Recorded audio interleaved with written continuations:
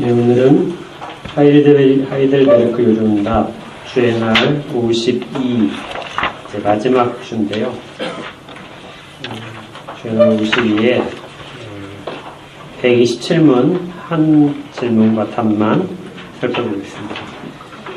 제52주일 127문 여섯째 간구는 무엇입니까? 우리를 시험에 들게 하지 마옵시며 다만 악에서 구하옵소서로 이런 간구입니다. 우리 자신만으로는 너무나 연약하여 우리는 한순간도 스스로 설 수 없사오며 우리의 불구대천의 원수인 마귀와 세상과 우리의 육신은 끊임없이 우리를 공격하나이다. 그러므로 주의 성신의 힘으로 우리를 친히 붙드시고 강하게 하셔서 우리가 이 영적 전쟁에서 패하여 거꾸러지지 않고 마침내 완전한 승리를 얻을 때까지 우리의 원수에 대해 항상 세게 대항하게 하옵소서. 아멘. 우리가 주기도문에 관련된 하이델베르크 융답을 보는데요. 요리문답에 대해서 간구를 설명해 주는 것은 아니에요. 이제 여러분들이 오해를 하실 수 있는데, 다른 교리와 쭉 하다 보면은 이 주기도문도 교리처럼 받을 수 있습니다.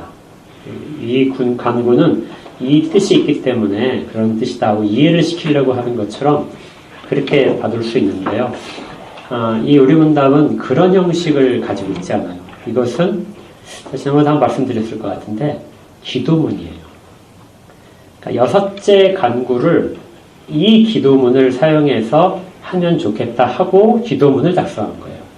그러니까 여러분들이 주기도문을 그게 짧은 것처럼 보이지만 실질적으로는 굉장히 그 많은 내용이 담겨 있고 그것을 풀어서 우리가 기도를 한다면 이렇게 하는 것이 좋겠다 하고 제시를 해주는 겁니다. 여러분들이 기도를 막상 어떻게 하는지 잘 모르겠다. 그러면 이 하이델 요리문답에 있는 기도문이 있어요. 첫 번째 것부터 하늘의 우리 아버지부터 시작해서 그것에 관련된 밑에 기도문들이 쭉 있습니다. 그걸 그냥 쭉 생각하면서 읽으세요. 그러면 기도의 가운데 우리가 무엇을 담아야 되는지 하는 부분이 나올 겁니다. 이 부분은 이제 제가 다음 주에 좀 더 실천적으로 하는 방법들을 한 2가지 정도를 소개시켜 드릴게요. 그러니까 이건 교리라고 하지 마시고 그냥 우리가 기도를 하는데 이렇게 기도를 하자 하고 의미가 종교개혁자들이 제시를 한 것이다 이렇게 생각을 하시면 되고 그것의 바탕이 되는 것은 주님께서 가르쳐 주신 기도다 이렇게 여러분들이 생각을 하시면 될 것 같습니다. 이제 6번째 간구를 살펴보는데 6번째 간구를 하나가 아니고 2가지로 이렇게 나눠서 생각하는 분들도 있긴 있어요. 5번째와 6번째 앞에 우리를 시험에 들게 하지 마옵소서를 따로 앞에 부분에 붙이고 뒤에 6번째를 악에서 구하옵소서 이렇게 하는 분들도 있는데 일리가 있어요. 그런데 우리 이제 여기 하이델베르크 요리문답에서 하는 것이 아마 더 큰 유익이 될 겁니다. 이 요리문답을 작성한 우르시누스는 이렇게 사실은 구분을 해서 살펴보도록 우리한테 이제 권면을 합니다. 그게 뭐냐면 앞에 있는 시험에 들게 하지 마옵소서, 시험에 들지 않게 하옵소서 하는 이 부분은 우리가 앞으로 지금 현재는 그렇지 않지만 앞에 만날 시험들 그 시험에 내가 빠져 들어가지 않도록 해주십시오 하고 미래에 대한 그 시험에 대한 기도다 이렇게 설명을 하고요.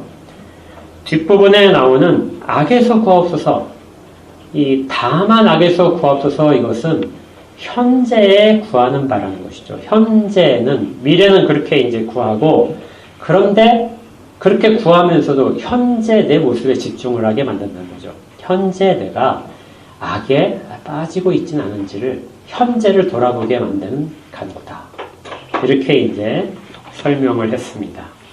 좀 일리가 있는 것 같기도 해요. 그래서 다만이라는 말이 우리가 많은 것들을 구하지만 내가 지금 현재 내 모습 속에서 악에 빠지지 않도록 죄를 범하지 않도록 그렇게 해주십시오 하고 현재를 구하는 기도라고 다만이라는 그 부분까지 합쳐서 이야기를 했습니다.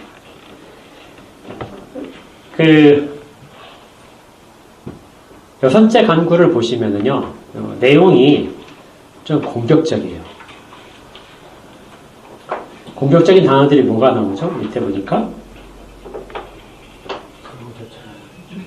네, 불구대천의 원수이 굉장히 강렬한 표현이 나와요. 여기는. 다른 데서 볼 수 없었던 강렬한 표현들이 나옵니다. 그 다음에 끊임없이 우리를 공격하고 있습니다.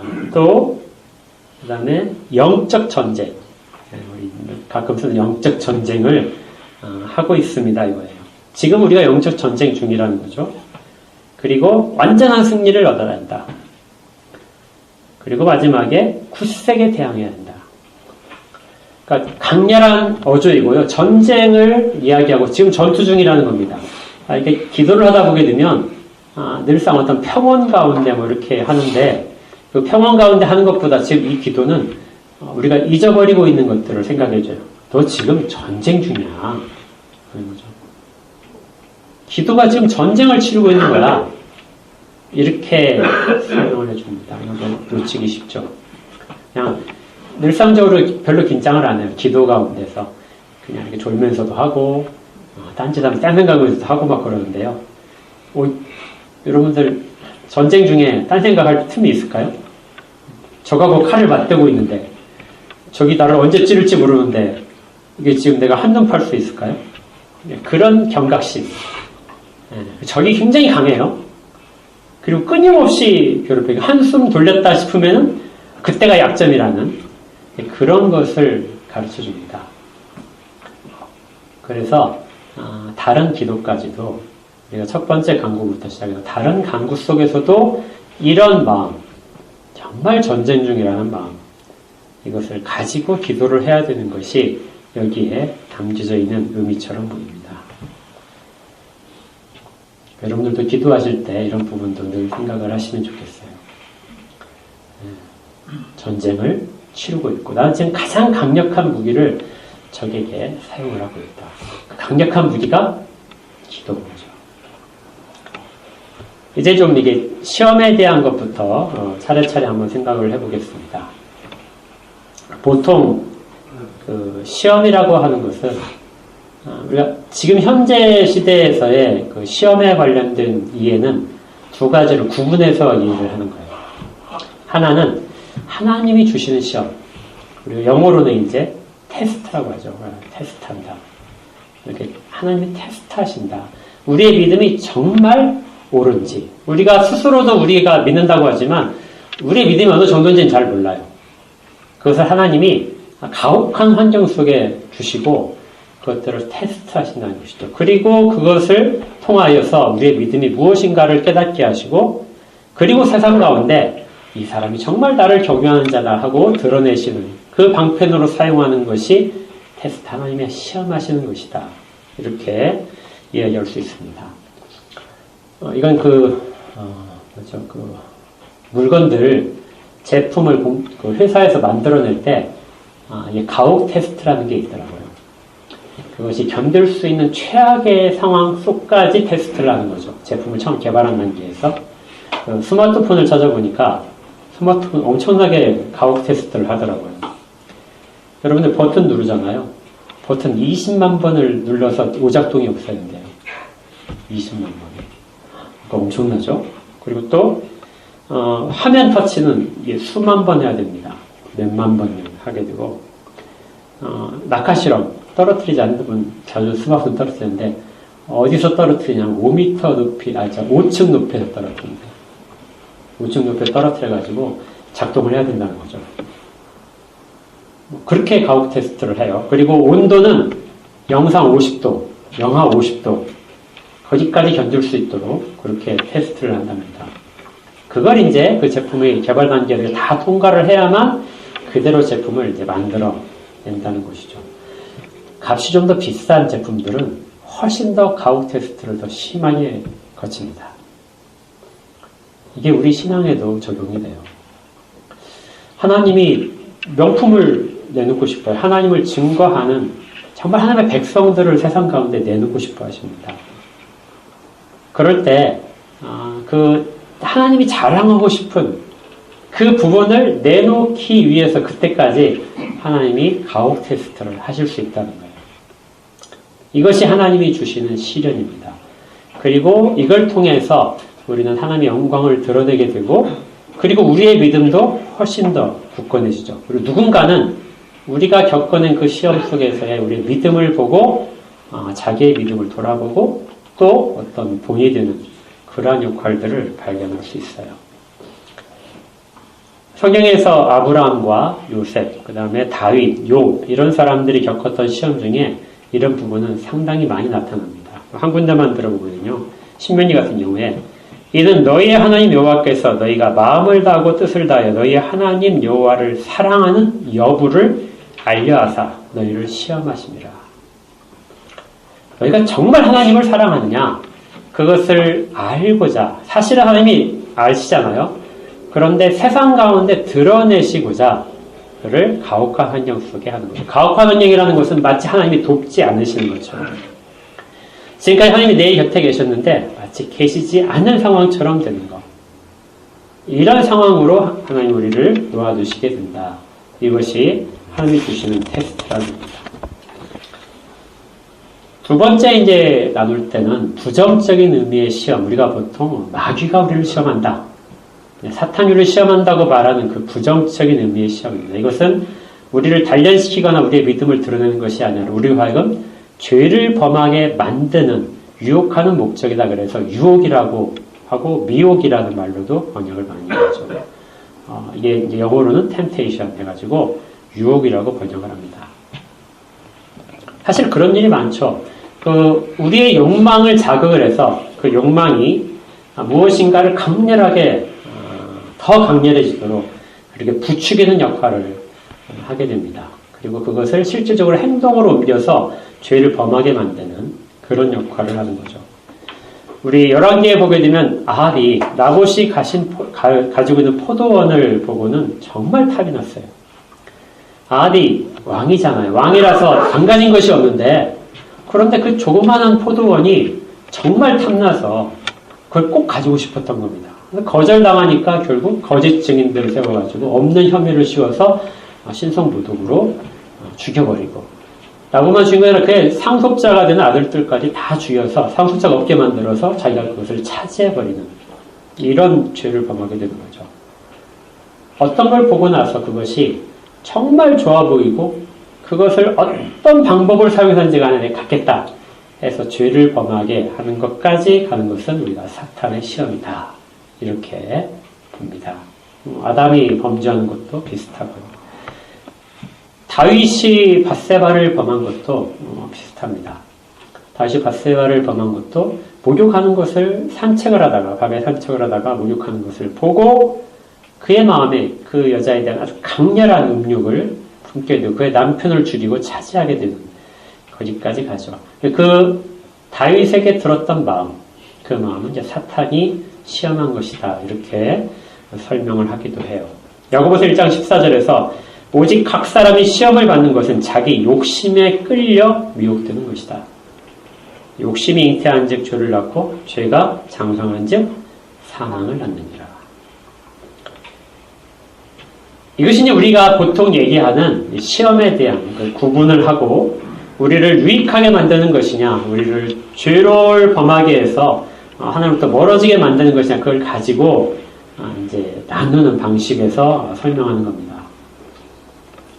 이제 그런 쪽에서 봤을 때 이 127문에 대한 답을 보시면은 어떤 걸 이야기를 하고 있냐면요. 우리의 불구대천의 원수인 마귀와 세상과 우리의 육신이 끊임없이 우리를 공격하고 있다. 그래서 우리로 하여금 죄를 범하게 만드는, 그래서 부정적인 의미의 마귀가 주는 시험을 생각을 할 수 있습니다. 여러분들 이렇게만 이해하셔도 이 6째 강구에 대해서 뭐 이렇게 잘못 이해했다 이렇게 말은 못해요. 잘 이해하신 거예요. 그리고 끊임없이 그 소욕과 싸워야 되는 우리의 어떤 대응하는 자세를 설명한 것이라고도 볼 수 있죠. 그런데 성경에서 보고 아마 주님이 그 용도만으로는 이 간구를 하라고 하시진 않았을 것이다 하는 것이 많은 학자들의 이해입니다. 시험이 하나님이 주시는 시험과 마귀가 주는 시험이 별도로 있지 않다는 거예요. 두 개를 구분을 해서 마귀와의 대적만 이것이 있는 것이 아니라 하나님이 주시는 시험도 우리가 동일한 자세로 대해야 된다 하는 것을 성경이 알려주는 것이죠. 우리말에도 그 시험 테스트에 해당하는 시험과 그 다음에 유혹이라는 단어가 분명히 구분이 되어 있어요. 그리고 영어에서도 구분이 되어 있죠. 그런데 성경의 언어인 히브리어와 헬라어에는 유혹이라는 단어, 그 다음에 시험이라는, 물론 유혹이라는 단어가 따로 있긴 합니다. 그러나 한 가지 단어로 그것들을 다 사용을 해요. 그러니까 시험이 하나님이 주시는 시험도 있고 그 똑같은 단어를 써서 사탄이 우리를 시험에 빠지게 하는 것도 같은 단어라는 거예요. 헬라어에서도 성경에서 마찬가지로 똑같은 단어를 사용을 합니다. 이것은 우리에게 상당히 좀 많은 것들을 다시 생각하게 만들어줘요. 왜 같은 단어를 사용할까? 요즘 사람들은 명확하게 구분을 해서 이것은 우리의 책임이 아니고 이것은 우리의 책임지고 우리가 이것을 싸워야 될 대상이 아니고 이것은 싸워야 될 대상이라 구분 지는 것을 좋아하는데 성경에서는 그렇게 나누지 않는다는 거죠. 여기에서 우리가 알 수 있는 교훈 하나가 있어요. 두 가지를 생각하고 싶은데 하나는 우리가 시험을 대하는 자세가 동일하다는 거예요. 하나님이 주시는 그 시험 속에서 우리가 하나님이 주시니까 안도하고 사는 것이 아니고요. 어차피 하나님이 우리 가운데 좋은 것을 해주실 테니까 대충 해도 시험을 겪어도 되는 것이라고 생각하지 않게 합니다. 이건 사탄이 주는 시험이니까 정말 열심히 싸워야지, 피 터지게 싸워야지. 그것이 아니에요. 하나님이 주시는 시험도 우리가 피땀을 흘려서 치러내야 된다는 거예요. 동일한 자세, 우리의 최선을 다하는 자세. 그 과정에서 우리가 혹시라도 넘어질까봐 조심하는 자세. 이것이 시험을 대하는 동일한 자세라는 겁니다. 하나님이 주신 시험도 우리가 그걸 기쁘게 받을 수는 있지만 그 과정에서 최선을 다해야 돼요. 마치 그것이 우리가 넘어지게 되면 모든 것을 잃어버리는 것처럼 그런 자세로 해야 된다는 것이죠. 두 번째는 성경에서 사탄이 주는 시험을 하나님이 허용하신다 하는 것이 있어요. 하나님이 허락하셨기 때문에 사탄이 시험할 수 있는 거죠.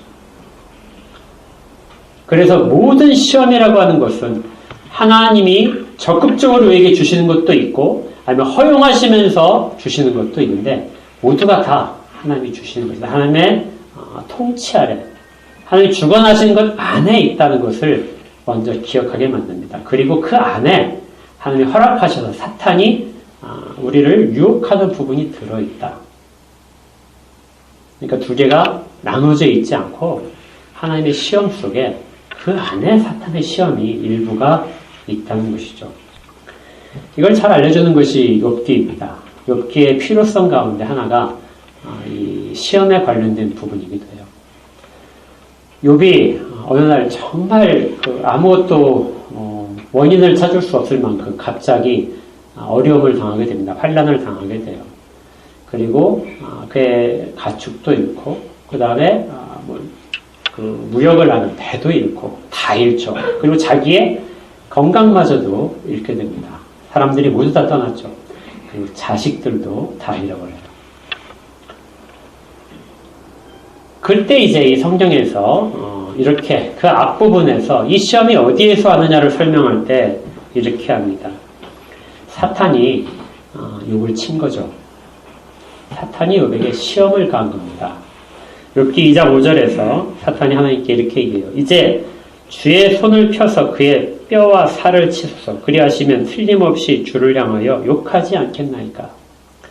하나님을 향하여 욕을 하는 것은 죄를 범하도록 부추기는 거예요. 사탄이 내가 욥을 시험하고 싶은데 욥으로 하여금 하나님을 저주하게 만들고 싶은데 내가 그렇게 할 수 있도록 하나님한테 허락을 구하는 겁니다. 실제적으로 직접적으로는 욥이 다 쳤어요. 사탄이 욥을 쳤습니다. 모든 환경도 돌풍을 일으켜서 그렇게 한 것도 다 사탄이 했어요. 그런데 그것을 욥기에서는 그가 하나님의 허락을 받아서 했다. 이렇게 되는 거죠. 욥기 2장 6절에서 여호와께서 사탄에게 이르시되 내가 그를 너의 손에 맡기노니 다만 그의 생명은 해하지 말지니라. 이렇게 하게 되면 사탄은 욥이 하나님을 욕할 것이라고 생각을 했습니다. 실제로 그런 환경이 위험이 닥쳤어요. 9절에서 그의 아내가 그에게 이르되 당신이 그래도 자기의 온전함을 굳게 지키겠느냐? 이런 상태가 됐는데도 하나님 앞에서의 너의 모습을 그대로 지킬 수 있겠느냐 하고 아내가 조롱을 합니다. 하나님을 욕하고 죽어라. 죽어라 하지만 우리 이제 심한 말로 하게 되면 막 그거 있잖아요. 그렇게 얘기를 한 거예요. 그러자 욥이 그가 이르되 그대의 말이 한 어리석은 여자의 말 같다. 우리가 하나님께 복을 받았은즉 화도 받지 않겠느냐. 복도 하나님이 주시는 거고 화도 하나님이 주시는 거다. 지금 욥은 하늘에서 무슨 일이 벌어졌는지 전혀 몰라요. 그렇지만 땅에서 내게 복을 주신 것도 하나님이시고 화를 주시는 것도 하나님입니다. 이 모든 것들은 다 하나님이 주관하시는 것 속에 있다. 그리고 이 모든 일에 욥이 입술로 범죄하지 아니하니라. 욕을 하지 않았다는 거죠. 여러분은 힘들면 하나님도 욕할 수 있죠. 그런 분이 있을 수 있어요. 여러분은 다 선해서 안 그렇겠지만 그런 사람들이 있습니다. 그런데 욥은 그러지 않았어요. 욥의 아내의 말은 사탄과 동일했어요. 사탄은 집요하게 하나님을 욕할 수 있도록 욥의 마음을 흔들어 놓는 것이죠. 그러나 그 환난 속에서도 욥은 하나님에 대한 욕을 하지 않습니다. 입술로 범죄하지 않겠다 하고 스스로를 제어를 하고 있어요.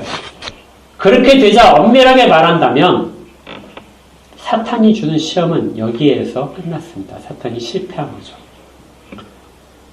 근데 욥기는 거기에서 끝나지 않거든요.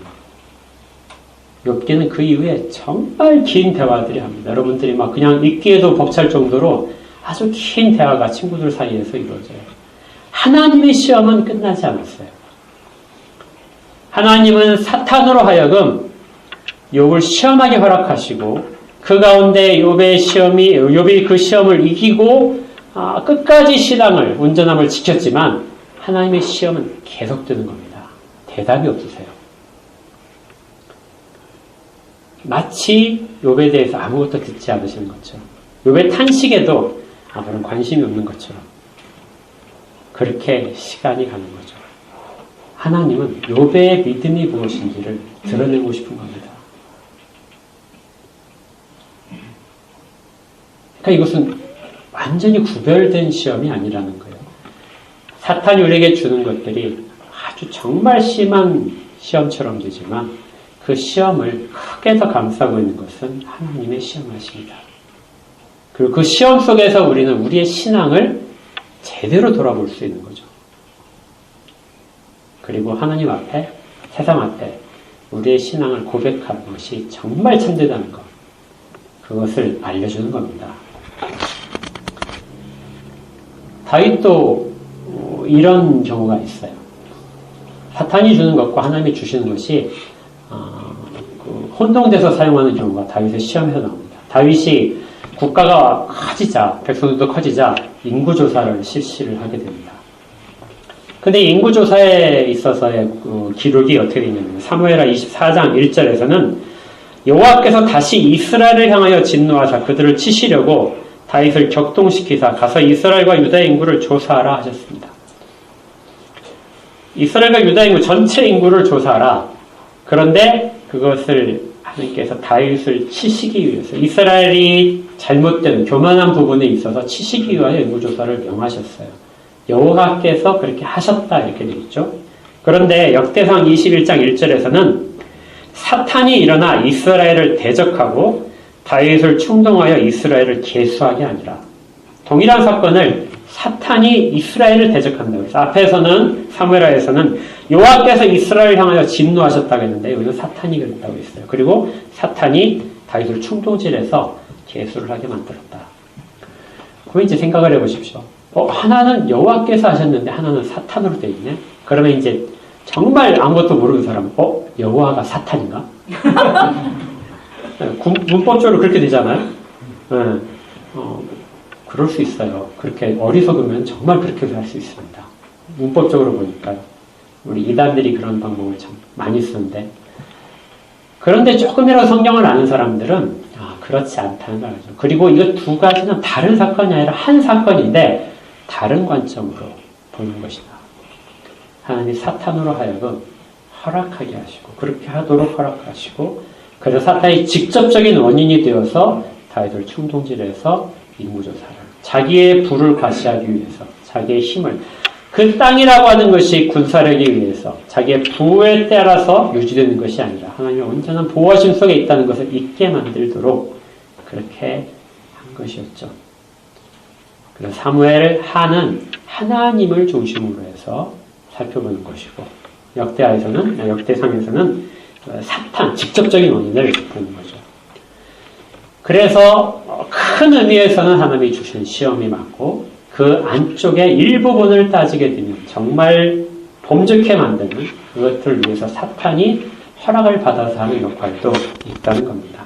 그래서 이것을 좀 어려운 말로 하나님이 모든 것을 주관하신다 그래서 궁극적인 원인은 하나님이시다. 그리고 그 가운데 직접적인 원인, 도구적인 원인이라고 해요. 직접적인 원인은 사탄을 허용을 하셔서 사탄이 우리와 넘어지게 하는 자기의 최선을 다하는 것이다. 이렇게 볼 수 있습니다. 이런 것들은 성경에서 얼마든지 예를 찾을 수 있어요. 성경을 잘 보실 때 그 안에 정말 궁극적인 원인이 무엇인지, 그리고 직접적인 원인이 무엇인지 이 부분을 구별할 필요가 있습니다. 개혁신학에서는 여기에 대해서 이렇게 정리를 해줘요. 하나님의 섭리 안에서, 하나님의 섭리 속에서 이걸 다 설명을 합니다. 하나님의 섭리 안에서 하나님은 죄의 원인이 되지 않는다. 궁극적인 원인은 하나님이 하시지만 죄에 대해서는 하나님의 원인이 아니다. 악한 존재의 행동을 통치하시고 사용하신다. 사탄을 통제하고 사탄을 사용하셔서 하나님의 사람들을 시험하게 만드신다. 그리고 그 시험에 져서 진 죄에 대해서 하나님이 원인이 아니다. 이렇게 설명합니다. 사탄은 오직 하나님이 허락하신 한도 내에서만 사람을 시험할 수 있어요. 근데 문제는 사람이 그 사탄이 주는 유혹 앞에서 넘어진다는 거죠. 사람이 너무나 연약해서 그것이 분명히 아닌 것을 분명히 아는데도 불구하고 그 유혹에 끌려서 넘어가게 됩니다. 얼마든지 이런 일들이 우리 가운데 발생할 수 있어요. 평소에는 전혀 아무것도 않다가 아까 다윗이 바스바를 범할 때처럼, 아니면 여러분들이 살면서 한 번만 여러분의 그 지위 가운데서 한 번만 눈을 감아주게 되면 누군가 여러분들에게 그 대가로서 무엇인가를 막 안겨다주고 이득을 줄 수 있는 것이 있어요. 우리가 보통 뇌물이라고 말하는 것도 그런 것이고요. 사람들과의 관계를 좋게 만들기 위해서 내가 한 번 물러서 줄 수도 있습니다. 근데 그것이 크게 문제가 되지 않을 것 같으면 사람들이 얼마든지 선택을 하죠. 사람과의 관계를 깨뜨리지 않기 위해서 우리가 다른 사람에게 하나님에 대하여 말을 하지 않는 경우도 있어요.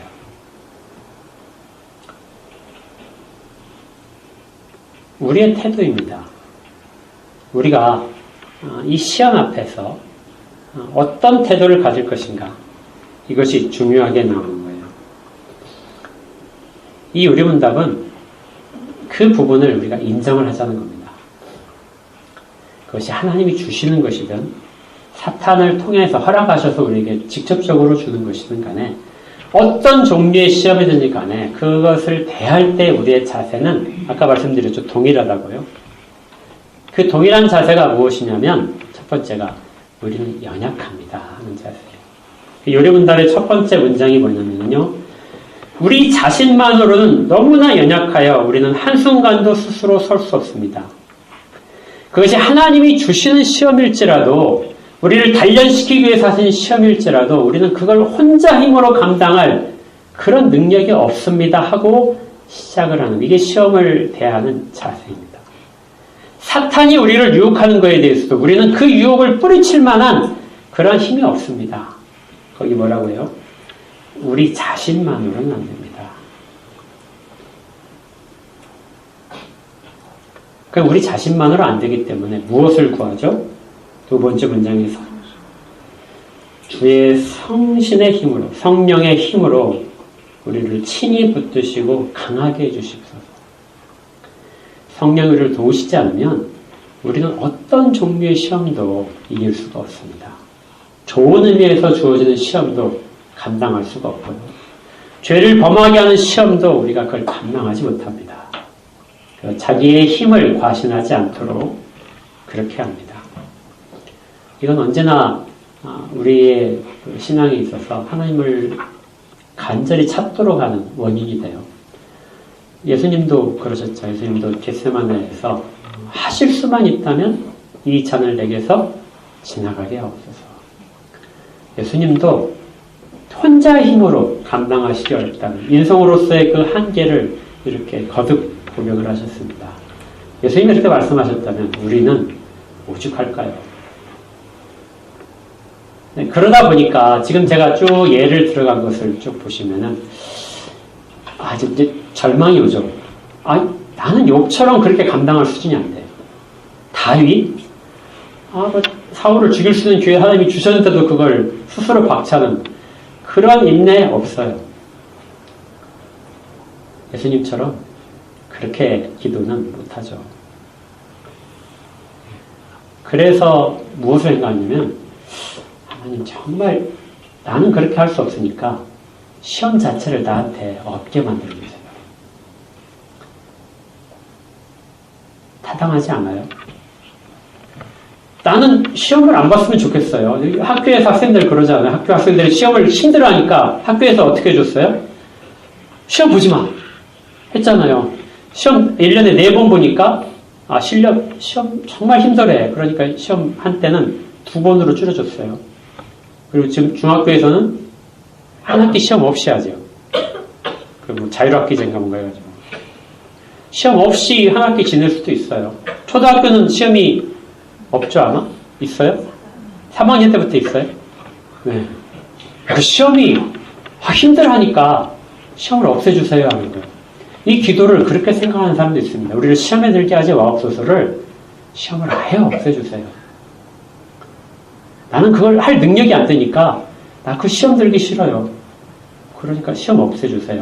그런데 사람은 처음부터 사람이 만들어졌을 때부터 시험이 있었어요.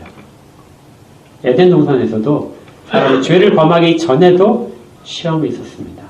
선악을 알게 하는 나무를 동산 중앙에 놓으셨어요. 중앙에 있다는 건 다 잘 눈에 잘 띄는 곳이잖아요. 그 시험을 늘 앞에 두고 하나님은 사람을 지으셨던 거죠. 그리고 그곳에 사람을 데려가신 겁니다. 다 해도 좋은데 하나의 시험거리를 주셔요.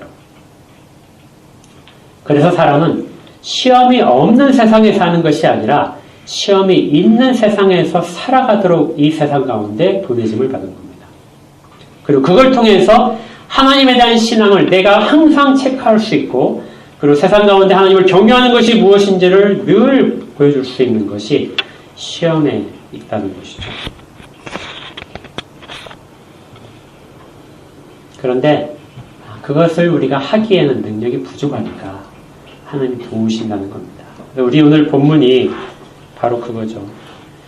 고린도서 10장 13절에서 사람이 감당할 시험 밖에는 너희가 당한 것이 없나니 오직 하나님은 미쁘사 너희를 감당하지 못할 시험 당함을 허락하지 아니하시고 시험 당할 즈음에 또한 피할 길을 내사 너희를 능히 감당하게 하시느니라. 어떤 시험만 허락하신다고요?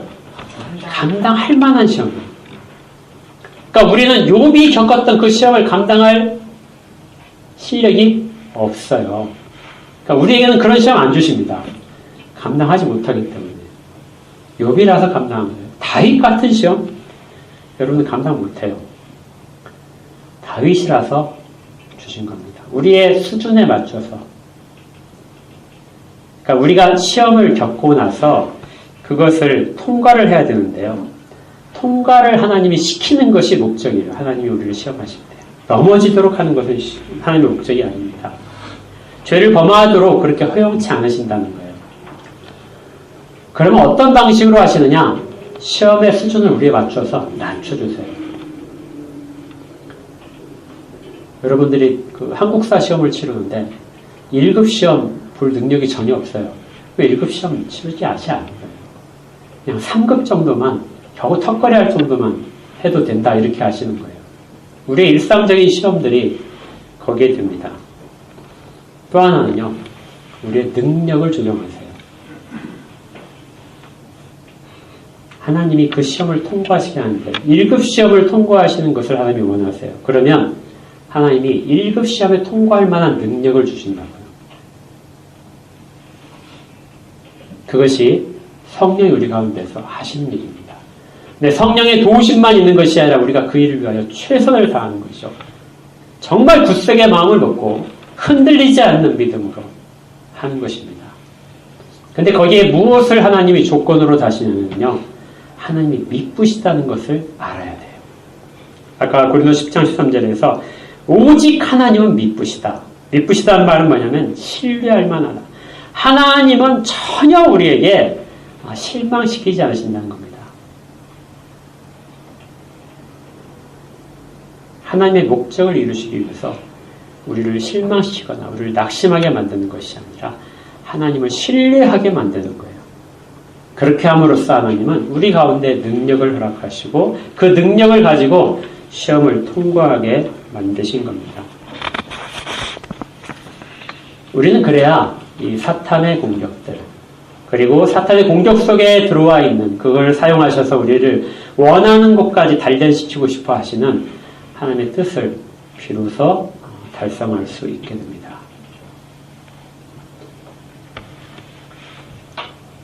사람은 늘 약함을 이야기하면서 그것들에 대항할 힘을 주시는 하나님을 믿으며 의지해서 그 능력을 가지고 싸워나가야 됩니다.